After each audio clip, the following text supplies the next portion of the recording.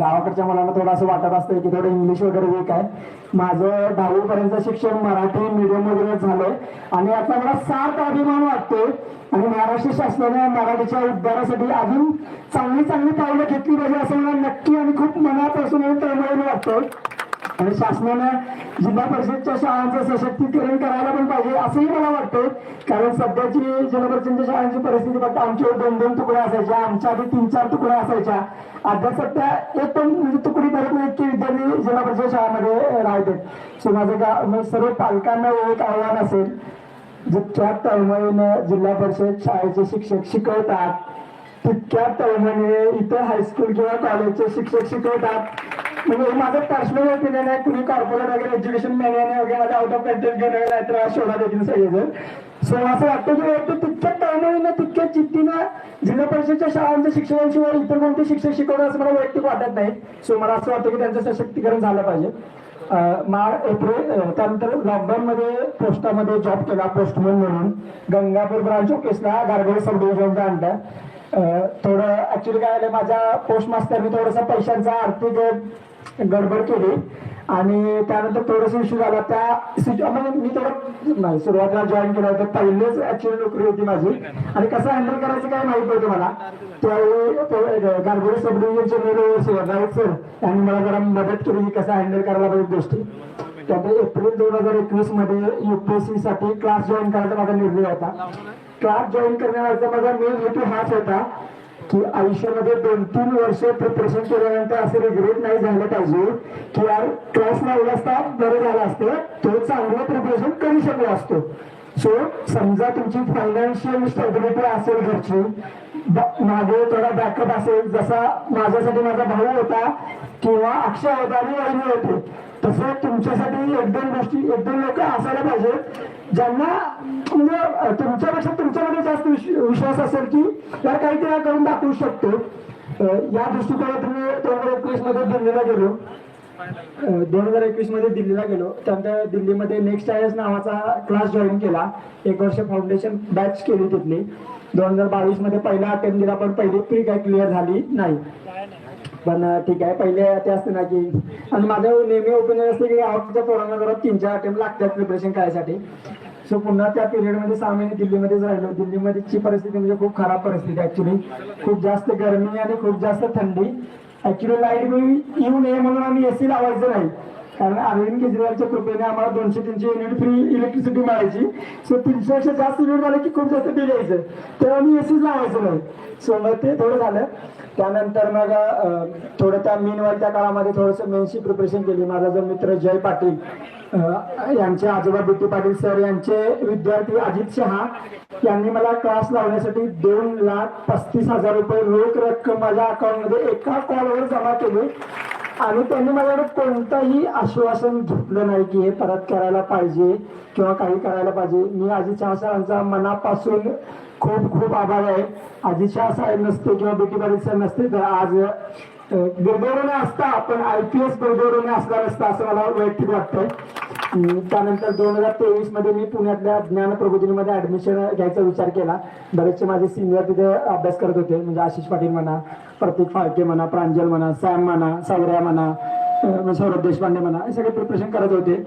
मग ऍक्च्युली प्रांजलला आशिष पाटील वगैरे बोलल्यानंतर फाळकेला वगैरे बोलल्यानंतर असं वाटतं की पुण्यामध्ये ज्ञान प्रबोधन इतके UPSCचं प्रिपरेशन करण्यासाठी कुठे चांगलं एन्व्हायरमेंट नाही आहे. मग थोडं ज्ञानप्रबोधीमध्ये म्हणजे ज्ञानप्रबोधीमध्ये ऍक्च्युली ऍडमिशन मिळवणं म्हणजे खूप टफ जॉब आहे. म्हणजे खूप ते विकू सर आणि सविता कुलकर्णी मॅडम आम्ही ज्यांना ताई म्हणतो यांच्या सोल डिस्क्रिप्शनवर ऍडमिशन दिलं जाते. मग थोडं सरांनी माझी मुलाखत वगैरे घेतली. माहित नाही माझी प्री पण क्लिअर झाली नव्हती, पण सरांनी काय ऍडमिशन दिलं आणि भरपूर वेळा सरांनी प्री क्लिअर झालेल्या मुलांनाही ऍडमिशन नाकारलेलं आहे. सो त्यातच मला ऍडमिशन दिलं, मला याचं आश्चर्य झालं. भरपूर कोरोनाला पण विचारायचं साला तुम्ही कसं काय ऍडमिशन दिलं, आम्हाला ऍडमिशन द्यायला. आता काय माहिती सरांनी माझ्यामध्ये काय बघितलं होतं त्या काळात. 2023 मध्ये परत दुसरा अटेम्प्ट दिला. जे 2022च्या अटेम्प्ट मध्ये माझ्याकडून PYQचं अनालिसिस राहिलं होतं ते चांगल्या प्रकारे केलं. SFG म्हणजे फोरमायची SFGची लेवल 1 टेस्ट सिरीज कम्प्लीट केली. त्यानंतर मग दिल्या 4-5 क्लासेसच्या, म्हणजे व्हिजन म्हणा, फोरम म्हणा, नेक्स्ट आयएस म्हणा किंवा अजून थोडं फोरम म्हणा, विजन म्हणा, वाजरा म्हणा, नेक्स्ट सायन्स म्हणा, त्यांच्या मॉक वगैरे टेस्ट दिल्या. 2023ला मॉकला वगैरे चांगला स्कोर यायचा. त्यानंतर 2023च्या प्रीमध्ये सिव्हिल सर्व्हिसेसची प्री पण निघाली आणि फॉरेस्ट सर्व्हिसेसची पण प्री निघाली. पण मीनवाईल मला ऑगस्टमध्ये डेंग्यू झाला. या सर्व काळामध्ये माझे आरोग्यासाठीचे फर्स्ट रिस्पॉन्डर म्हणजे 12 डॉक्टर असायचे. मला खूप जास्त आजारी पडायचो मी आणि डॉक्टरांना खूप जास्त त्रास दिलाय. त्यानंतर डॉक्टरांची मी दिलगिरी व्यक्त करतो. सर्दी जरी झाली मी 12 डॉक्टरांनी फोन केला, डॉक्टर जरा घसा खराब झाला, जरासं बघायचं जरा. तर मला खूप जास्त सहकार्य केले डॉक्टरांनी. आणि त्यानंतर डेंग्यू झाला, मग डॉक्टरांनी पप्पांना सांगितले त्याचा आवाज कमी करा. फोटो ऑपरेटर कुठे आहे? त्यानंतर डॉक्टरांनी सांगितलं की गावाकडे या. आमच्या डॉक्टरांच्यामध्ये ॲडमिट झालो. 2023ची मेन्स दिली CSCची सप्टेंबरमध्ये. नोव्हेंबरमध्ये फॉरेस्टची मेन्स नागपूरला दिली. CSCची मेन्स होईल का नाही याची मला काही गॅरंटी नव्हतीच. झालीच राहील, म्हणजे पास झालोच नाही. 30-35 मार्कांनी माझी मेन्स राहिली. पण फॉरेस्टची मेन्स क्लिअर होईल म्हणजे मला अशी आशा होती. माझे खूप चांगला मित्र निशांत आणि अक्षय वळे याची मेन्स क्लिअर झाली होती. खूप जास्त वाईट वाटलं. ते 15 दिवस खूप जास्त डिप्रेशनमध्ये गेलो. कारण वाटलं होतं की लीड राहू दे, पण ॲटलिस्ट इंटरव्ह्यूचं तरी कॉल येईल असं वाटलं होतं मला वैयक्तिक. पण आलं नाही. ॲक्च्युली खूप वाईट वाटलं मला. पण मग त्यानंतर निशांत वगैरे सांगितलं की मग पुन्हा एकदा 2024च्या प्रिलिमची तयारी केली. प्रिलिमचा रिझल्ट लागल्यानंतर ॲक्च्युली मला आनंद होण्यापेक्षा जास्त वाईट वाटलं होतं. कारण CSCची प्री निघाली होती आणि फॉरेस्टची प्री निघाली नव्हती. तर मला वाटतं खराब सरांनी मला शिवा दिल्या होत्या. साल्या माझी प्री नाही निघाली, रडा लागलेस तू, आणि तुझी प्री निघून पण तू रडा लागलेस, म्हणून मला शिवा दिल्या होत्या.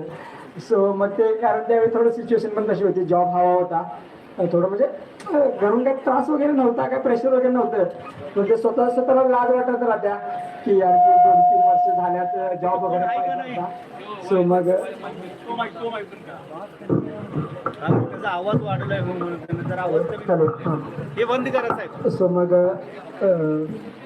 जॉब वगैरे पाहिजे असं मला वाटत होतं नक्की. मग मीनवाईल मग CGLचे वगैरे प्रीसाठी वगैरे फॉर्म भरला होता. CFFची मेन्स माझी 2024ची प्री निघाली. सप्टेंबरमध्ये प्री दिली. पुन्हा एकदा मला ऑगस्टमध्ये डेंग्यू झाला. मागच्या वर्षी माझे 15 दिवस गेले होते. नशिबाने डेंग्यू झाला होता पण यावेळी मला 6 दिवसच गेले माझे. ठीक आहे, म्हणजे चांगलं झालं म्हणायचे. मग GSचे पेपर देऊन आल्यानंतर मला असं वाटलं की ठीक आहे, यावर्षी तरी इंटरव्ह्यूचा कॉल येतोय. ऑप्शनलचा पेपर पण माझा स्ट्रॉंग पॉईंट होता. तो पण गेला, चांगला कव्हर केला होता. मागच्या वर्षीपेक्षा बेटर रिप्रेझेंटेशन केलं होतं. ऑप्शनलचा पेपर 2 लिहिला आणि माझी जी उत्सुकता होती की यावर्षी इंटरव्ह्यूचा कॉल येणार ती सगळीच निघून गेली. कारण पेपर इतका रँडम आला आणि मला ॲक्च्युली कळालंच नाही की आता काय करायला पाहिजे. खूपच हेरमोड झाला. मग तरी ठीक आहे म्हटलं. CFFची प्री दिली ऑगस्टमध्ये. CFFची प्री निघाली. मेन्स म्हणजे प्री आणि मेन्स एकाच दिवशी असत्या. ऑक्टोबर-नोव्हेंबरमध्ये CFFचं फिजिकल झालं, मेडिकल झालं.